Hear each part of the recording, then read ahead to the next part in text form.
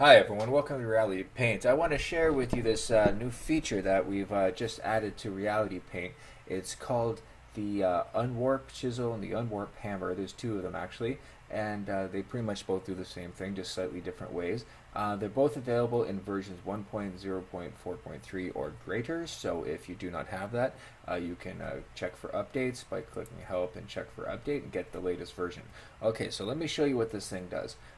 We have this morph here, which is more of a cartoonish morph, and we've really distorted the heck out of this character, right? And as a result, we've ended up getting a few undesirable results, right? And so, for example, here in the nostril, we over smoothed it, and so the nostril kind of went away, and we have a little bit of bunching of the lip over here, and over in the ear, we've lost a bit of detail as well. And so, getting back detail is often a tricky thing. For previously, what you would do is you'd have an unmorph. You'd use the unmorph feature, and it's deformation, touch up, chisel, and you'd say unmorph. And as you clicked on something, it would just pretty much go back to its original shape. But you can see in this case that doesn't work very well because we've heavily morphed it. We wanted this nose to be elongated. We want to keep this general shape. We just want to restore the general shape and remove this kind of warping of the surface. And this is where the Unwarp tool comes in. So we have an Unwarp chisel and an Unwarp hammer. This just merely acts upon the selection while this acts like a brush itself. So we're going to show you with the Unwarp chisel. All right, so we select this, and in the viewport, we're going to click on the areas which we want to, let me check my settings here first, okay, that we want to sort of clean up. We want to bring back some of that original detail.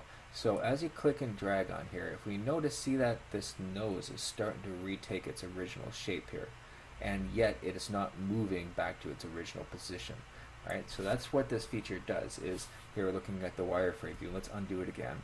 You can see is that it drifts the vertices back into their general shape, which they were before, while preserving all these macroscopic large-scale changes like the scaling and the positioning. So let's just do this again one more time. Let's get this nose right.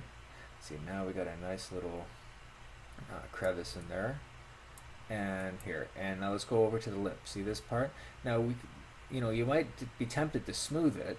You say, okay, I'm going to smooth this, but you'll end up the same problems you had over here. Everything's just going to look all smooth and washed out. So I want to keep that sharp detail, but I want to undo the sort of warping that has happened here. So as I click in here, all right, I start restoring the shape of the lips, even right up here, this part, how that shape gets restored, right, while not moving this head around too much. All right, like this, it's not going back to its original position like the unmorph. Now over here on the ear, now ears are always tricky because they got really weird geometry. Now, if we look in here, now this is all smooth and flattened out. Now let's take a look here, Unwarp chisel, and look at how that's going right back to what it should be in general. And look, oh, there we go. Let's bring up some of these bumpy details in there as well. And there you have it. Now I'm going to show you something a little different here. Now let's say, okay, there's another setting here. I'm not sure if this is going to come over well, but we have this retain flatness option. So I'm going to undo this.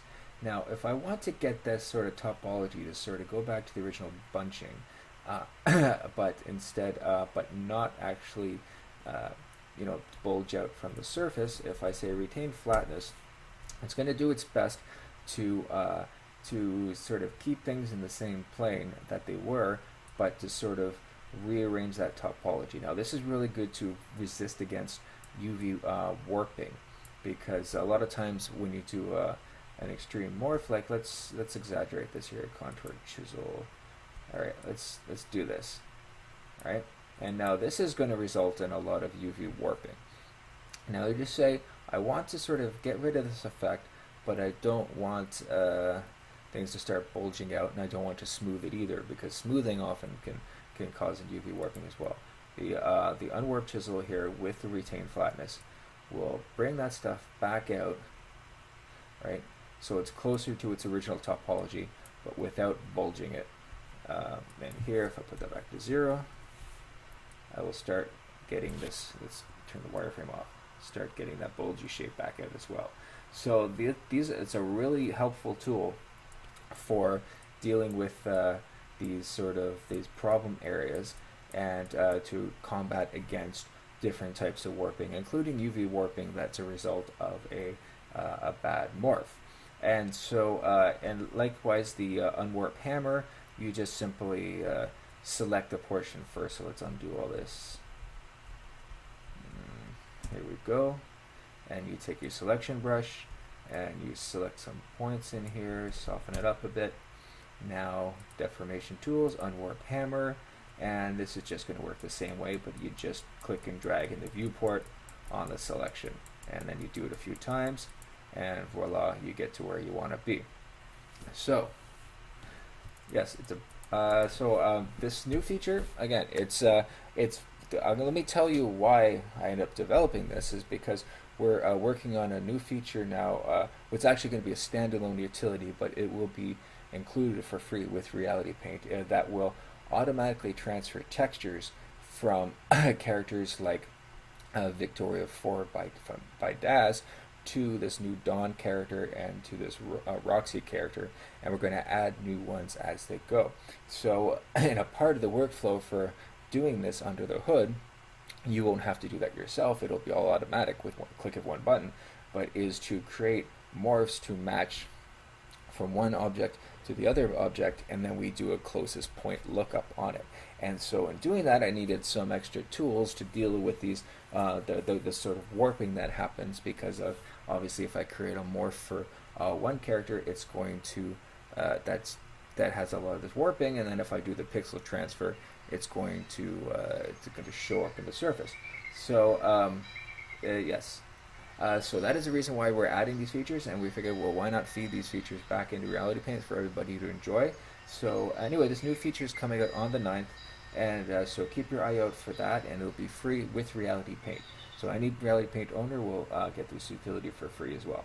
So I hope you enjoyed this video, and we have another video which I'm just going to show you in a moment, which is going to be a transmorph, which allows you to transfer the shape of one object into another object. That's really awesome, so stay tuned for the next video. Okay.